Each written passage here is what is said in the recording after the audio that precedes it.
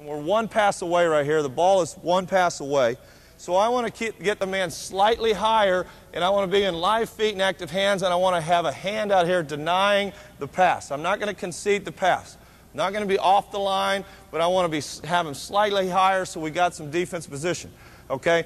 Now, as he works to get open, I'm going to keep sliding my feet, but I'm going to keep him slightly higher.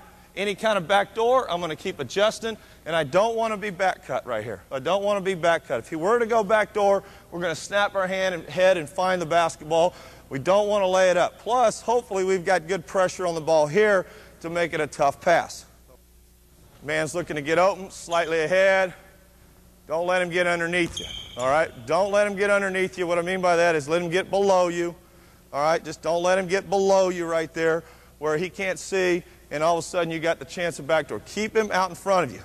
Okay, now, so how much pressure do you apply? Do you apply so much pressure that if I'm in this stance right here and all of a sudden I see this ball coming out here, that all of a sudden I go for that steal? No, we're not going to go for the steal because, again, if we miss it and we don't get it, that's going to put too much pressure on our defense. I would much rather let him get out here and catch the ball and now guard him rather than go for this steal and all of a sudden I miss it and now we're playing 5-on-4. There's going to be certain times where the ball is going to be thrown and it's there and you have it. But again, my balance is not leaning. I'm down in my stance. I've got good balance. I've got my weight on my back foot. And yes, you're going to be able to steal the ball. But I'm not concerned with steals or block shots. I'm more concerned with guarding our guy and giving them a one-shot contested shot. All right, now we've got to go from denying the ball to our one-on-one from the wing principle. So as soon as the ball is caught, we've got to get on the high side. We've got to have live feet, active hands. Live feet, active hands, which we just showed in our one-on-one drill.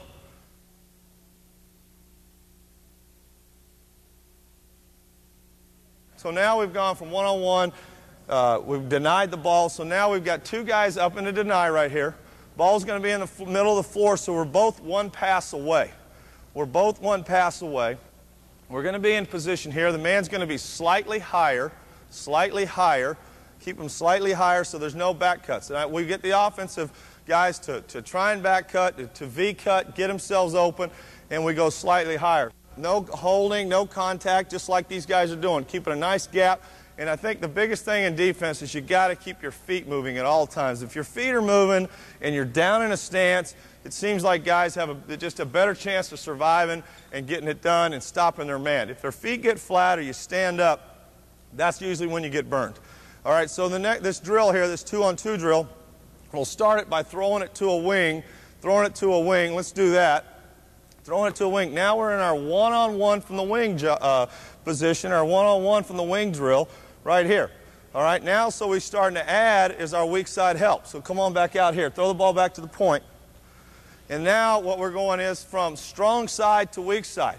So as the ball's being passed, hold it right there, as the ball's being passed, this man has to now turn and run again. He can't slide, he can't jog, he has to turn and run. You have to anticipate and you have to have vision to see as soon as it leaves the passer's fingertips, that is when you're making up your ground and you're running right here.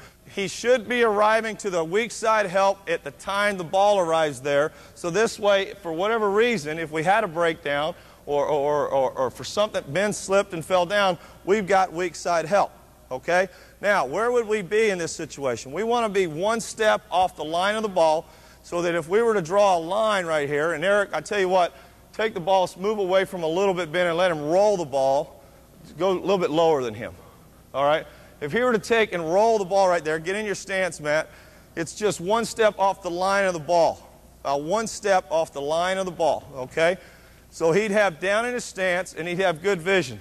Now, you don't want this man here to be looking at the ball, looking at the man, looking all over the gym. I want my guys to look straight ahead. If they have good vision and they're one step off the line. If they're too high, if he's too high, he can't see the ball and the man. He can't see both of them. He's got to be in position one step off the line, and he has to keep adjusting the line to wherever the ball's at.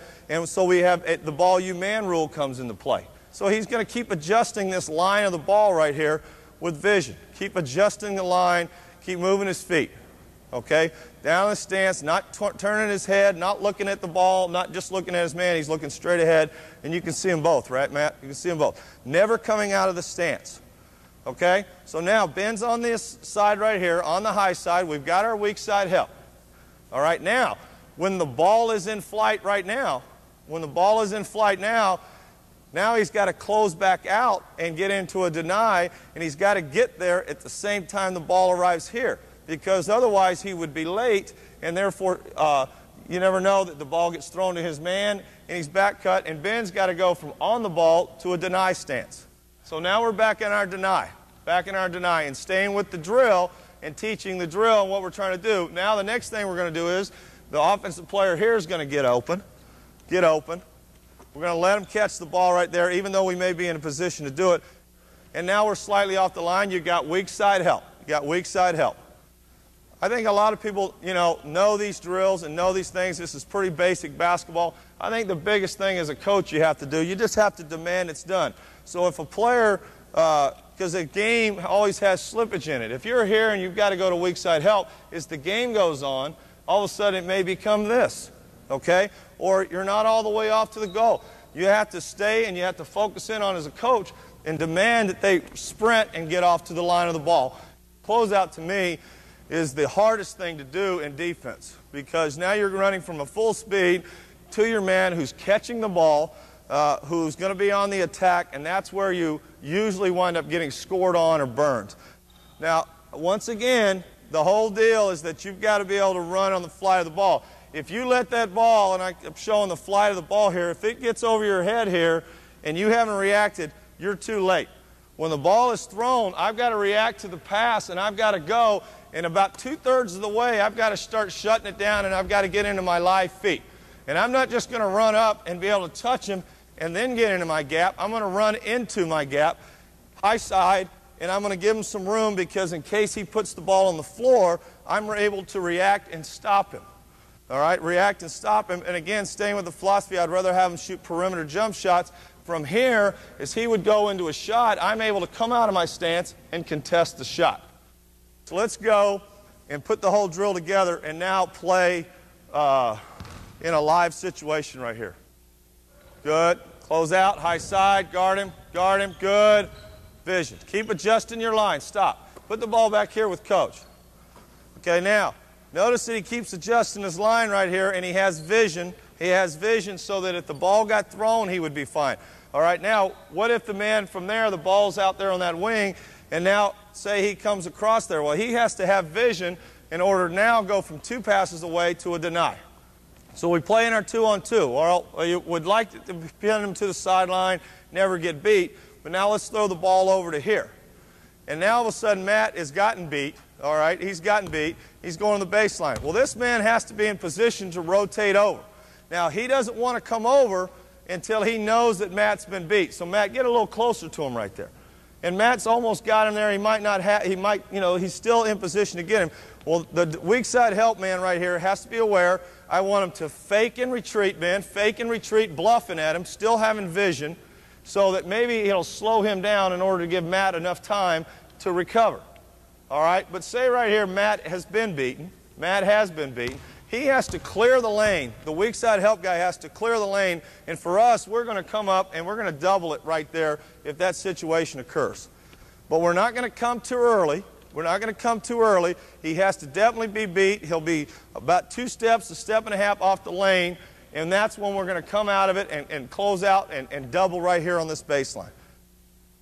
There's the double. We're right there. This drill right here gives us a lot of different things. It gives us deny.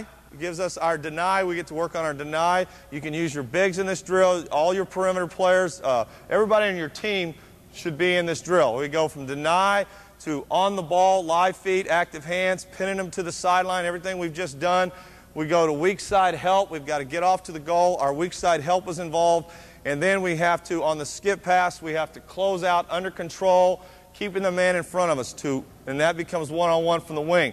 Then we're able to guard the dribble, and also what we do when we do get beat and we have to rotate to the help side. Good. All right. So that's how we do the drill. We just keep playing it over and over again, keep putting situations in. We'll tell our players to flash post and go inside. We'll do all the things that we need to do and get it right out of this drill in our 2-on-2. We've gotten back in our transition defense, made or missed basket. So what we want our man to do is our post players and our inside guys to meet him at the elbow. And again, the whole idea and everything we've talked about here is to show our hands here. We want our hands above our shoulders to show the referee that we're not fouling, we're not putting our hands on him. We don't want to put your hands there and block him off there, Eric, like you're going to get right in here. We're not going to do this because that's a foul. We don't want to put our forearm out and go here because it's a foul, okay? We don't want to do that, all right? You can get away with it sometimes, but for the most part, you can't, okay? But we want to be slightly high, right on this elbow here, at a slight angle, and moving them to the outside. And as the offensive player comes down, go, Ben, we want to put a body on them and slow their progress down, all right? Slow their progress down, all right? Come on back. All right, slow their progress down. And now, Eric, keep that angle and just bump him to the outside. Bump him to the outside. All right, now, stop. So you can see right there, we're getting him to the outside and away from the basket. Now, the way I've seen it is a lot of the post players offensively, they have to be in a certain area for them to be effective. And it seems like you've got a few guys that are effective from the outside, but the closer to the goal, the better off they are. Now, without the basketball, when the man doesn't have the basketball, you can put more body contact on him because this man is not in the play as of right now. He's not in the play. The ball is right here. And the referees are going to generally call on the ball contact. They're going to call holding away from the ball. Well, we're not holding him because all we're doing is holding our ground right here, holding our position right here. And this player right here, the offensive player, is posting up. Now, as soon as the ball is passed in the post, we say we want to jump off and get into a gap right here. We're going to gap the man. All right, throw the ball back out. If we hold our ground right there and keep pushing on him as the ball's in flight, then they'll start calling that foul for pushing because now he is involved in the play and he's actually a part of this play.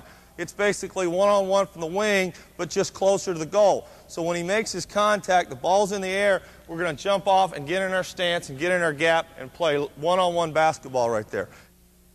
Notice that there's a gap right there, and what that causes is this. It causes the offensive player to not know exactly where the defender is. It may get him to slow down. It gets him to have to find the man.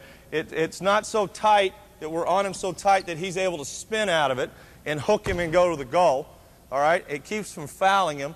And the other thing it gets is this. If you're in this gap, now face up, Ben, face up, you might get him to shoot a jump shot from right there, a contested jump shot, rather than getting the ball to the paint. So staying with our philosophy, we don't want the ball in the lane.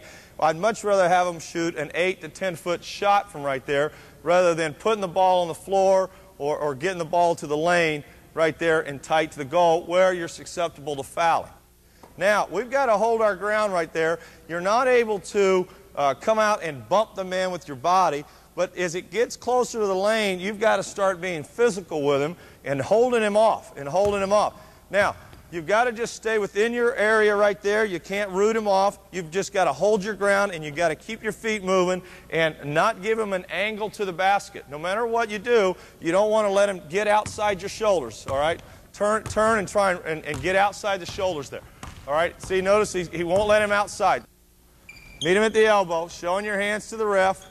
Rooting him off, gapping on the catch. Stay down, hold your aim. There. Now, right there, he got him too deep. He got him too deep, and he got his foot to the paint. And what Eric needs to do is get him squared up right there, keep him outside the lane, and pinning him to that sideline. Stay down, no angles, outside the lane, good. And made him shoot a fall-away contested shot. That's what we want to do. That's what we want to do.